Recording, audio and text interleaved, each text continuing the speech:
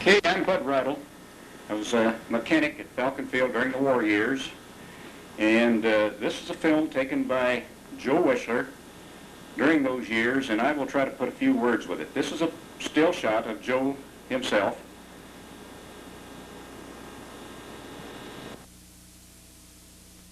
This is the airport side view of the administration building and the control tower at Falcon Field. Probably what occurred in the control tower. Here's a shot of the windsock on top. This is a parking lot side view of the administration building. Still work going on along the sidewalks. This is in the early stages of the war. This is the arrival of a group of RAF cadets to Falcon Field after their trip from Southampton to Montreal and on down to Falcon Field. Their trip from Southampton to this continent was via the Queen Mary. Here they are packing their bags off to the barracks. Their favorite place was at the mess hall. Here we are refueling the Stearmans out on the Stearman line. One of the students getting ready to taxi out. They're about ready to start this one up. Here they go. Engine is started and running. Sending the cadet on his way.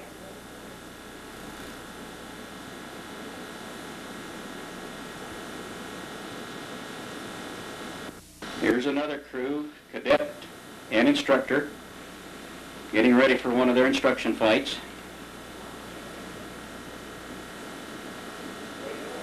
Here's the starting crew winding up the old inertial starter. This is a real muscle builder here. After it's wound up to its maximum speed, they pull the lever, which turns the propeller over, and the cockpit crew turns on the ignition and starts the airplane, starts the engine. Here they are taxiing out. This is a picture of one of the silver-painted airplanes. We replaced the earlier yellow and blue airplanes. This is a shot of the flight line. Here's the red-cowled AT-6 that was used as the instrument trainer for the instructors. It was not used as a regular training airplane due to the trying to save the instruments. Here's Stearman BP-5, the instructors briefing his students prior to a flight. Here's BP-28 after a less than perfect landing and probably a little bit of a heavy application of brakes. Ground crew riding it back up on its wheels again. This seemed to be a fairly regular occurrence. We got a lot of practice riding them back up, both the PT-17 and the AT-6. There's the boys checking the damage done to the tarmac. Looks like it's in need of a little bit of repair. And this is a view of the cleaning crew performing their evening and nighttime duties. The airplanes were kept in immaculate condition as far as cleanliness is concerned. This was usually done after hours, after the airplanes were through for the day. Most of this type work was done outside the hangar, usually in the open area. This is the original Army Air Corps paint job, the blue, yellow with the candy-striped rudder. This was replaced later on with the silver-colored airplane.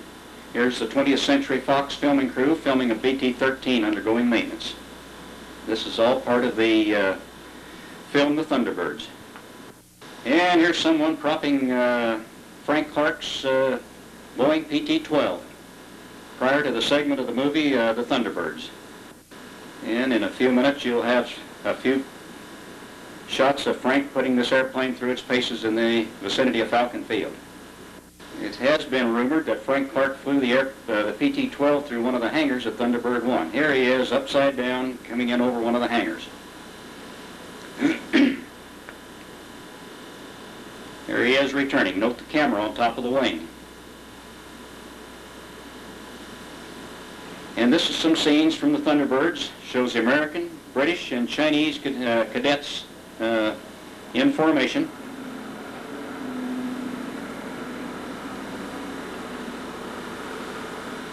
And this is actress Jean Tierney posing with a British cadet for Joe Wischler and his new camera.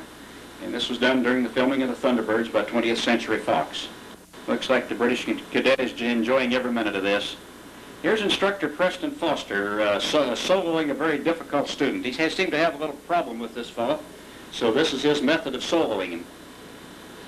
This is all part of the 20th century film. It was not an approved procedure at the field.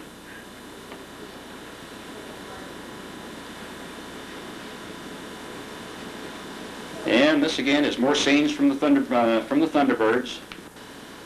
At this point they're taxiing out, and in a few minutes you'll see a group of steermen flying formation and then doing a bunch of aerobatics.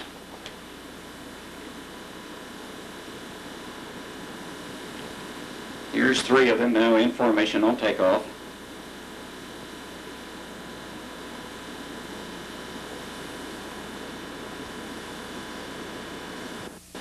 Okay, here we're going through some of the aerobatics.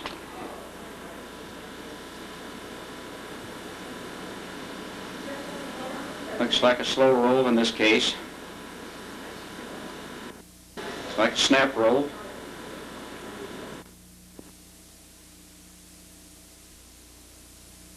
And it looks like we're the upper end of a wing over.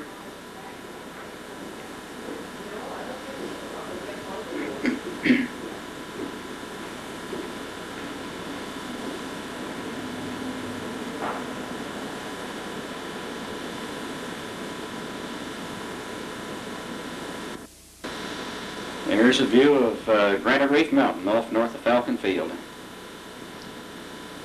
It's like here some mechanic is going to run up the engine on a BT-13. And this is a shot of the BT-13s taking off in formation.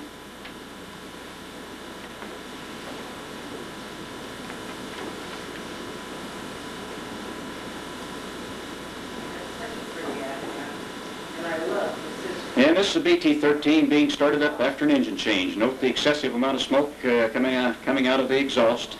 And this is usually the indication of an engine that has been pickled after overhaul. So this is a new engine in this airplane.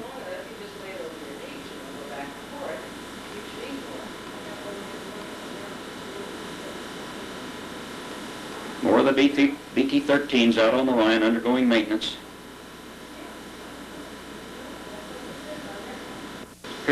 This one's going through the 100-hour inspection phase, and at this point all the dust and dirt that had not been shook out during maneuvers is removed here with the air hose and a brush.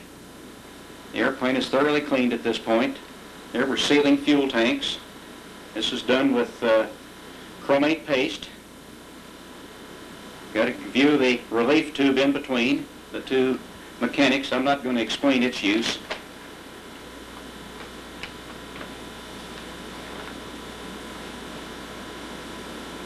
This is a view from the hangar out onto the field, Superstition Mountain in the background. Well, it looks like we've had a little bit of monsoon weather here. That usually occurs sometime after the 4th of July on up till the middle of September. Looks like this fellow's going to test it for depth here. Either that or see if his shoes leak. This is Wing Commander McKenna, posing by an AT-6.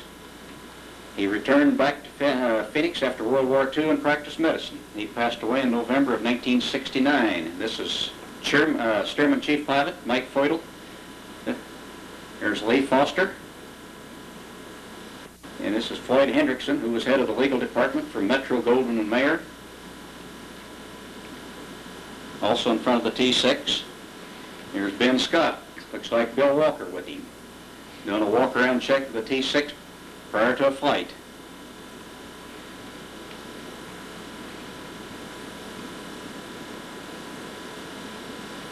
Here's Ted Hanna with an Army Air Corps officer on the left.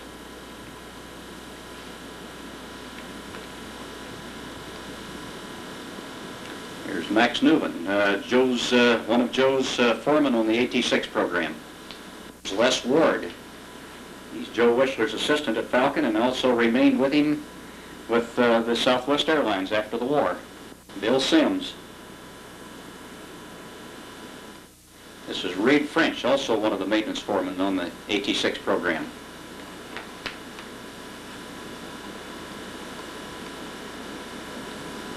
This is one of the fuelers. I don't know his name.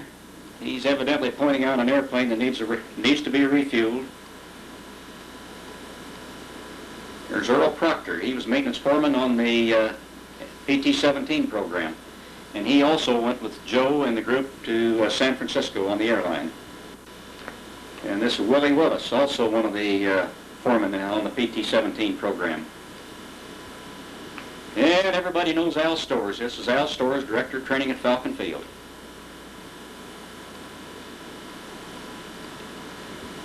And this is Flight Lieutenant W.R.M. McClelland.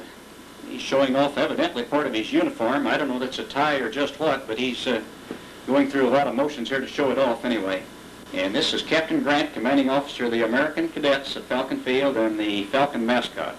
This dog came wandering in one day and was the adopted mascot at Falcon Field.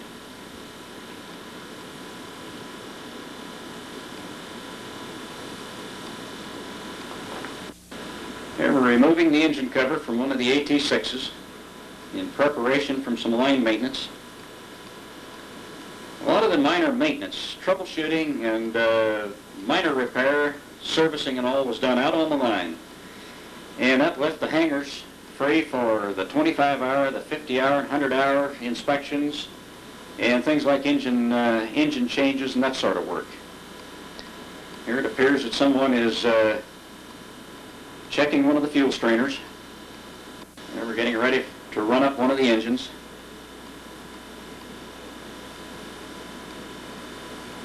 This is a shot of Chuck Whittemore in the tower at Falcon Field. Chuck also remained on as dispatcher for a good many years. Here's an AT-6 taking off in preparation to buzz the field. He'll be back over the field in just a few moments.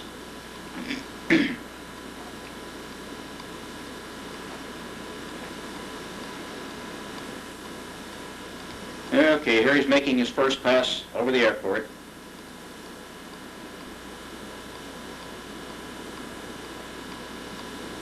And here's another pass. And at this point you can see that the AT-6s still have the candy stripe rudder. And we're landing now after doing the buzz job.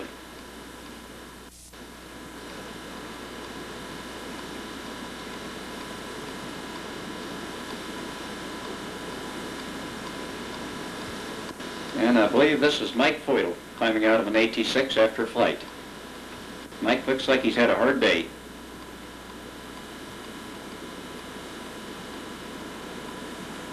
Okay, here's an AT-6 taking off from Falcon Field, and Joe Wischler is in the front seat taking the movies, and Mike Foytle's in the rear seat doing the flying. You'll notice we're going to go through quite a series of aerobatics.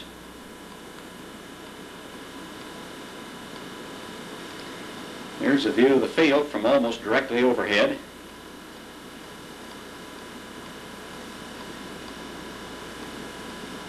Looks like this is out over the empty desert and the dry salt river bed.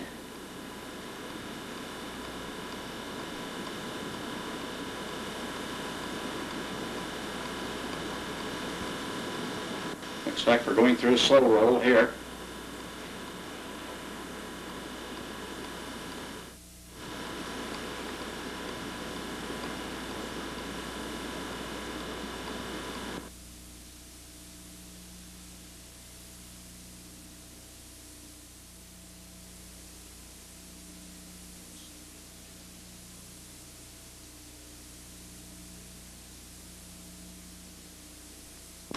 And this is a shot of Mike Foytle in the rear seat.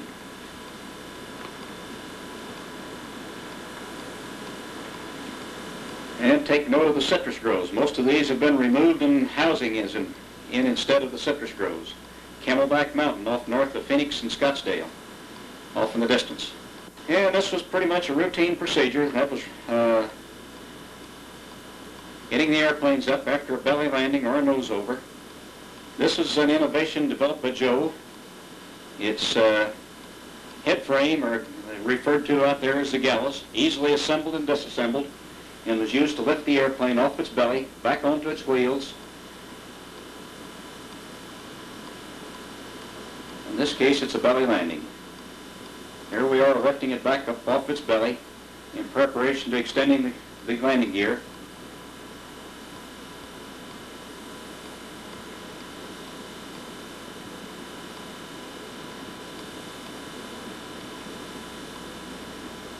And this airplane was belly landed at the auxiliary field. So in this case, after the wheels are down, the gallows removed, they will remove the propeller and check the crankshaft for run out. And if everything is okay, they'll install a new propeller and take care of some of the minor scrapes and what have you, things like the wing bands, and maybe have to remove them, but the airplane then will be flown back to the airport. And in short time, it'll be back in service. Okay, here's the airplane, the engine being run up. I believe Ben Scott's in the front seat, and I believe Ben and Joe Wischler at that time ferried this one back to Falcon Field.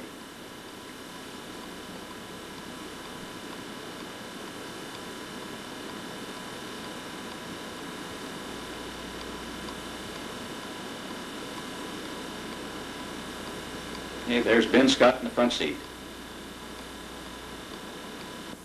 And that's a view of the normally dry Salt River bed. And we're coming up downwind at south of the field, south of Falcon Field. Here's a good shot of the field. And in a moment you'll have a good view of the administration buildings and the hangars and so forth. Okay, there's a good shot of Falcon Field.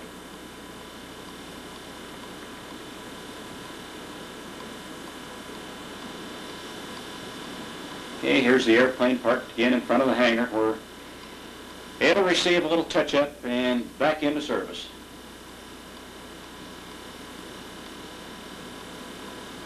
And take note of the Falcon Field insignia on the end of the hangar.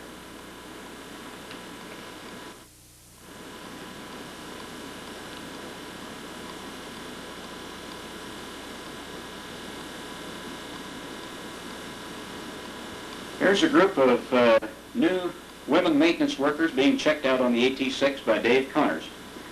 During the war, they performed many of the functions of servicing and also helped with the inspections and did various jobs.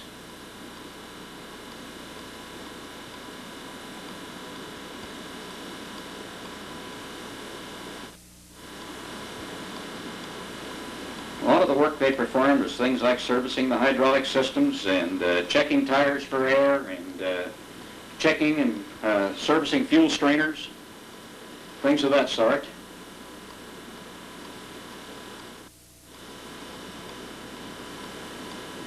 Here's one of the lady cleaners polishing down the airplane. Here's another one climbing out of the tail section of one of the AT-6s.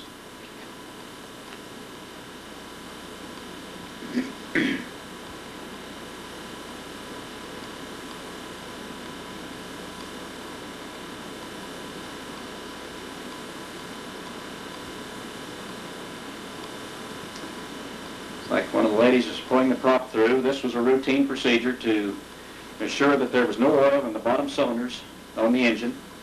And this was in preparation of starting the engine.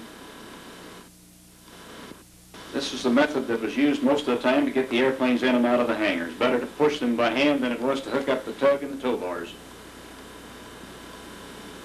There's one of the lady mechanics masking off the numbers on the airplane.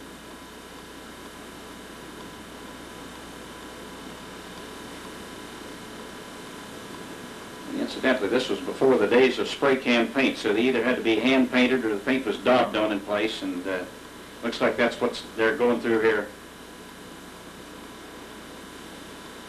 It'll look pretty good when the masking tape is removed.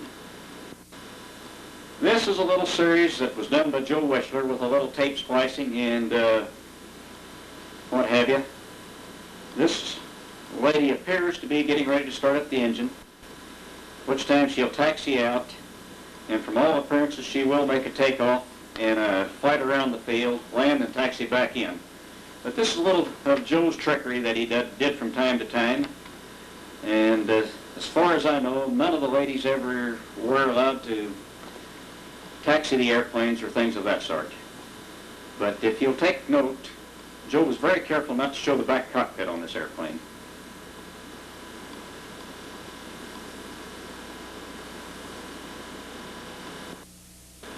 This is the scene of supposedly this lady taking off. However, this was just another airplane in the routine flight around the airport. Okay, here she is returning. Again, note that Joe is very careful not to show the back cockpit.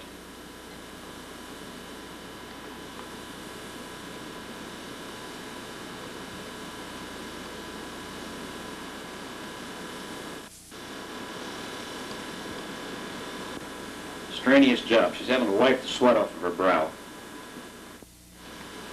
Here's another one of the nose-overs at the field. And this, they're going to try a new procedure developed by Joe Wischler, our superintendent of maintenance.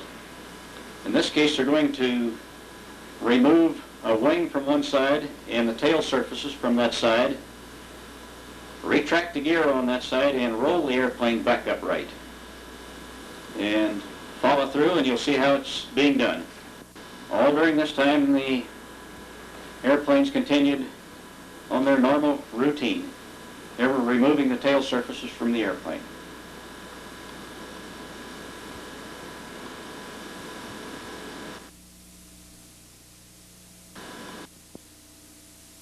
At this point, they're removing the wing.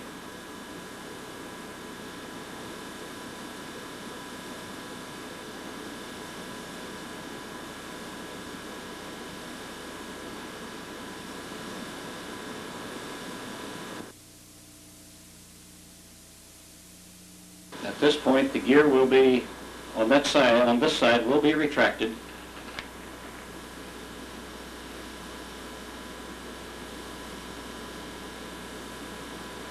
Then they'll place some padding down under the center section wing root, and the airplane will be rolled over on its side back onto the extended wheel.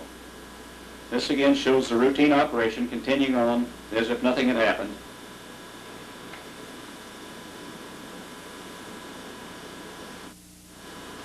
Okay, at this point, the cables are attached to the remaining wing, attached to a tow truck, and then the wings, the cable is attached to the wing out to the other side to arrest its rollover as it comes on over center here. Okay, it's coming on over, back down on its wheel again. No worse for wear and tear. In a short time it'll be pulled back down, the other gear extended, and towed back to the hangar for repair, and in just a few hours it'll be back on the line being used as a trainer.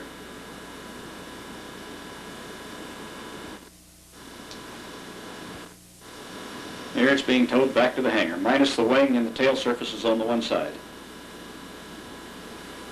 Here's a Curtiss P-40, being started up by Squadron Leader McLaughlin, and he's going out to put it through its paces. Here he is doing the buzz job and pull-up.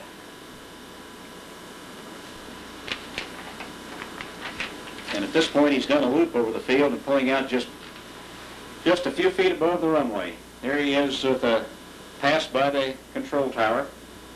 There he is taxiing in. Here he's getting out of the airplane. Another airplane on its nose.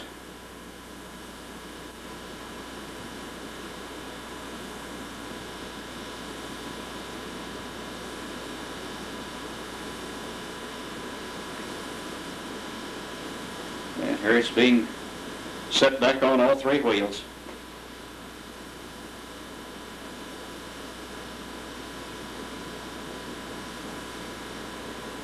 At this point again it's being towed back to the hangar where after a little bit of maintenance, prop change and what have you, and it'll be back in service.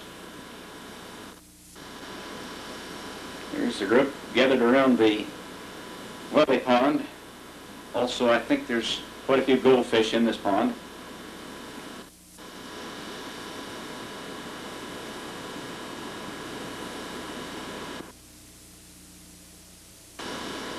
Here it appears some of the RAF officers are escorting some visitor. At this point, I don't know who it is. This bird, I understand, someone was practicing a little falconry, and that's about all I know of it. It's a sparrowhawk, and it seems to be quite a pet.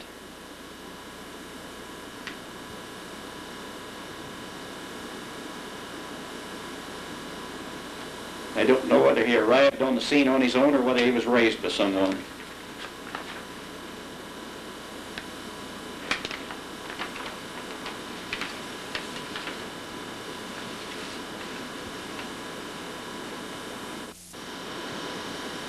Here's a P-40 again being put through its paces by Captain Donaldson.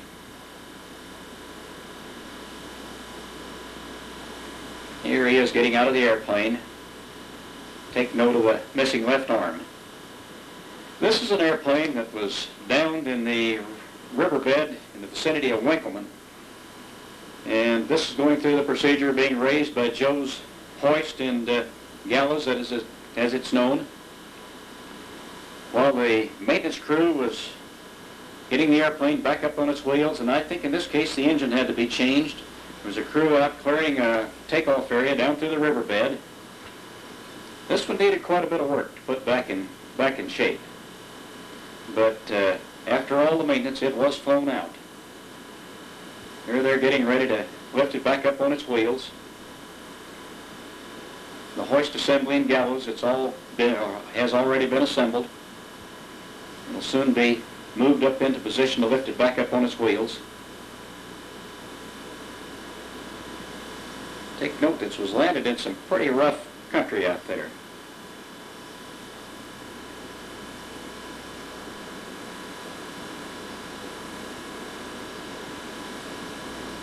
This is a curious cowboy that happened to ride up that day.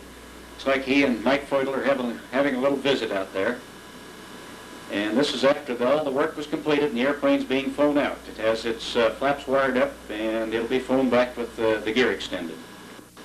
This is a device that Joe Wischler, Marty Bergman, and Dr. Neff built up. It's an emergency survival kit, and it's dropped by a parachute, and it was designed to assist some downed airmen somewhere. And in this case, they're loading it into the airplane in preparation for one of its tests. We'll show you about 2 or 3 tests here.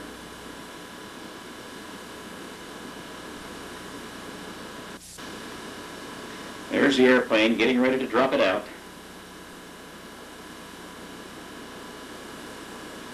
Okay, here it goes. Like a pretty soft landing.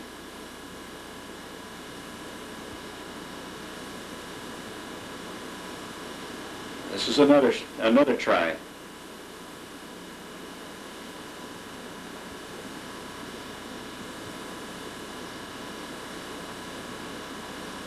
And I believe this is Marty Bergman out trying to collapse the chute.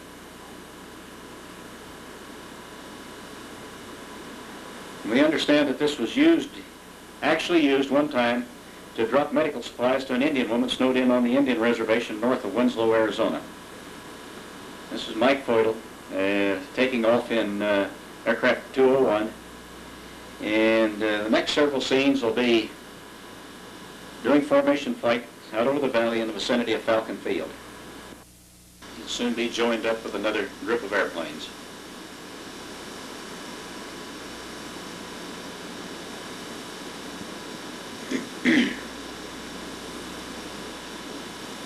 See, it looks like they're all getting in position here.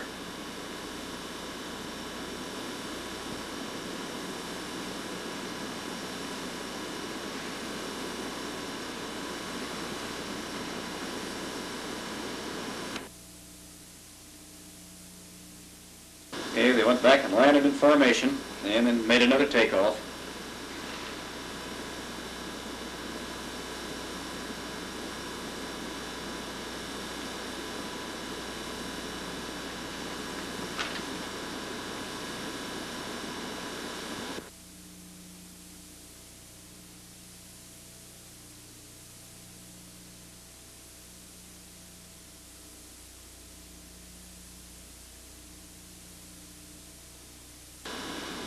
And at this time, they actually did touch wingtips.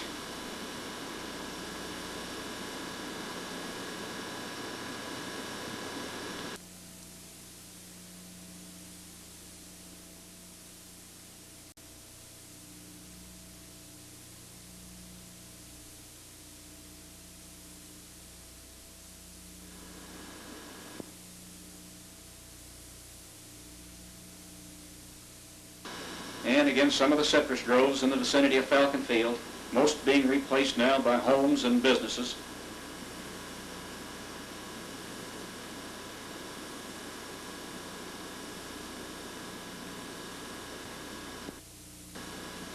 And another view of the normally dry salt riverbed.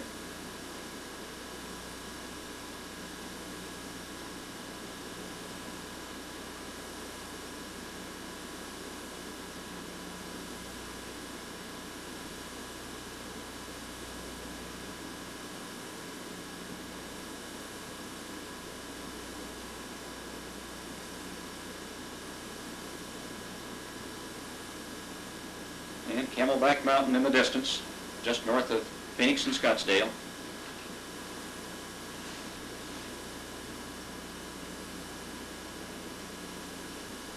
And again in formation.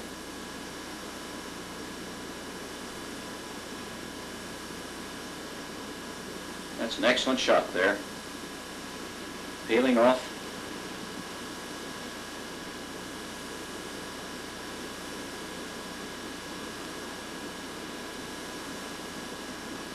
And back in formation.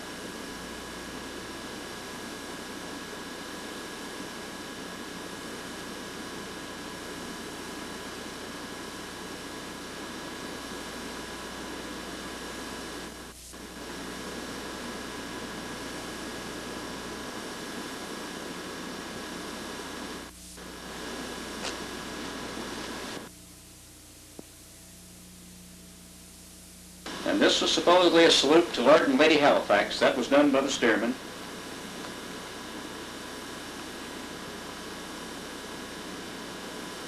And this again is takeoff by 3 AT-6s in the same ceremony.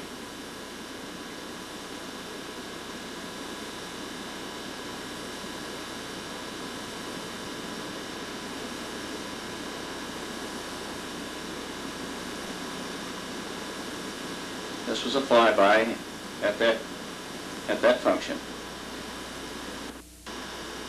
I believe they left here for a day or two and returned later, and I think there's more on the Lord and Lady Halifax further on in this film.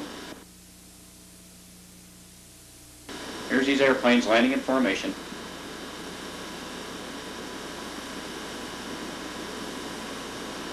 McDowell, the Granite Reef Mountain again.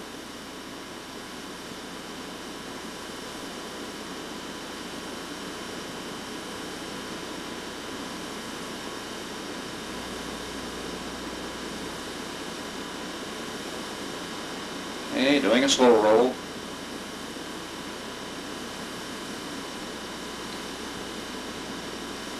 Okay, this is some of the cadets enjoying the swimming pool. This was donated to the RAF cadets by the movie company 20th Century Fox for their participation in filming the movie The Thunderbirds.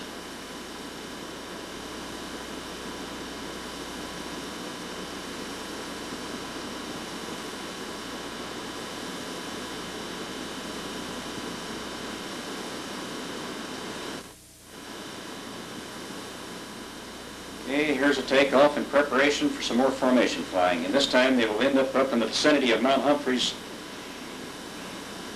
close to Flagstaff.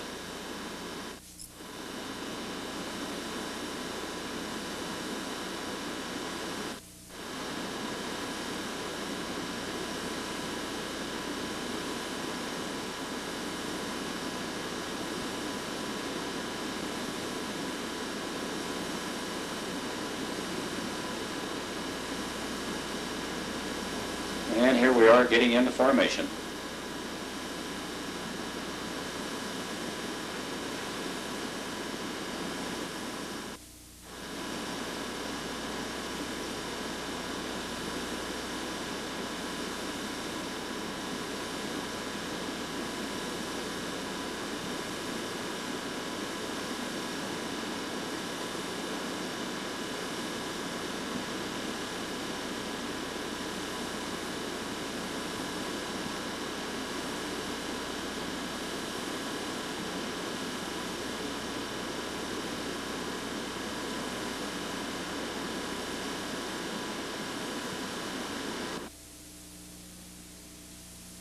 There's a west end view of the famous Superstition Mountains, just east of Falcon Field. And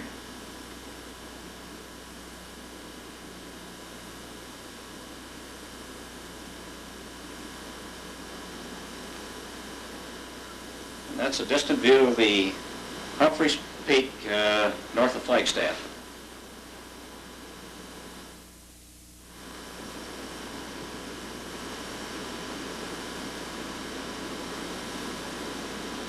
This flight will take us up over the Sedona, Oak Creek Canyon area, over Flagstaff, and up just south of Mount Humphreys, or San Francisco Peaks.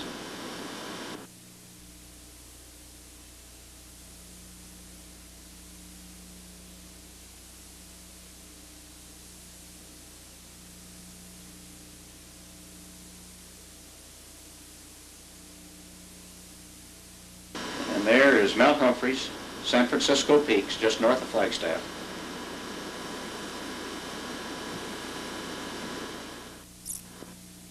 And this, we believe, is the city of Flagstaff itself.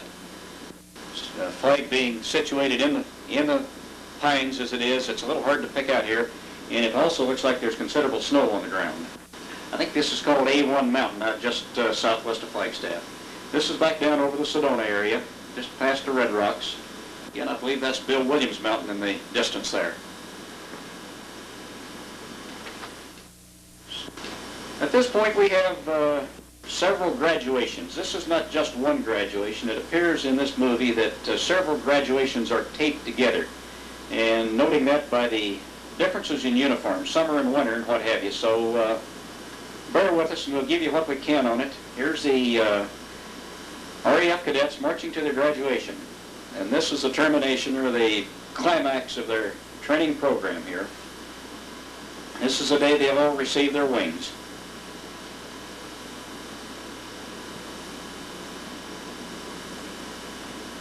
This is the viewing stand.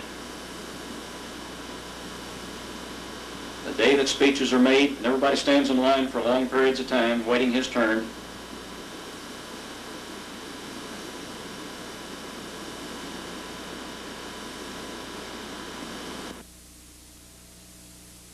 Here's Flight Commander, Wing Commander McKenna in the viewing stand getting ready to make his speech. Here's one of the first cadets to be presented with his wings. Wing Commander McKenna presenting them.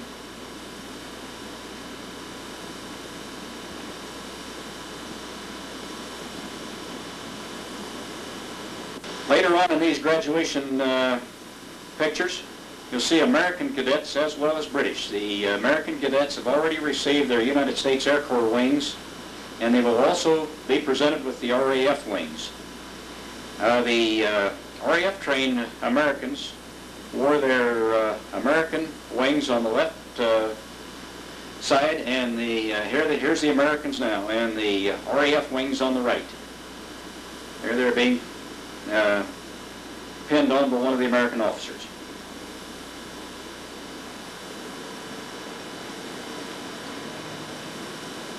But take note, this is not just one graduation, this is a series of graduations all put together here in this one area on this film.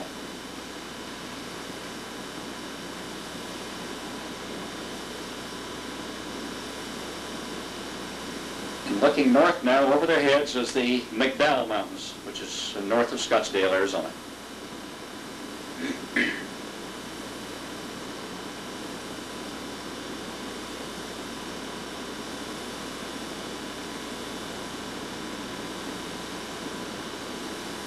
And again, take note, this the scene has changed here from the summer dress to the winter dress. So this is a series of graduations, not just one. And this is a shot from above the viewing stand.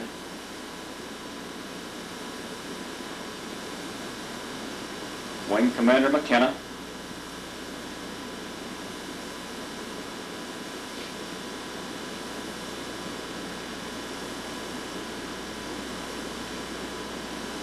And then at this point, you'll see a combination of RAF and American cadets marching in formation. And this is the Lockheed Hudson converted to a passenger airplane that brought Lord and Lady Halifax to Falcon Field. This is their return trip, which is they've spent a little more time, a little more extensive than the first quick trip through. Here's Lord Halifax here. I believe that's Wing Commander McKenna Whitty. This is Lady Halifax. Note the missing left hand.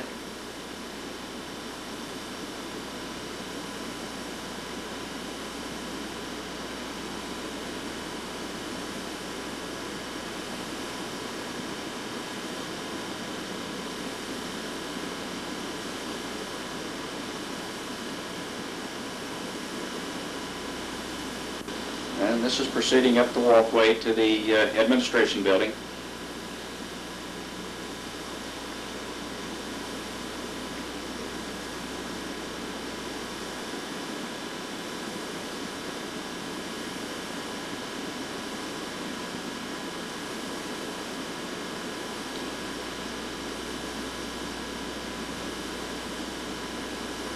And this brings us to the conclusion of the film, and a few more photos of Joe Wischler and his wife coming up here, and that'll be the end of it.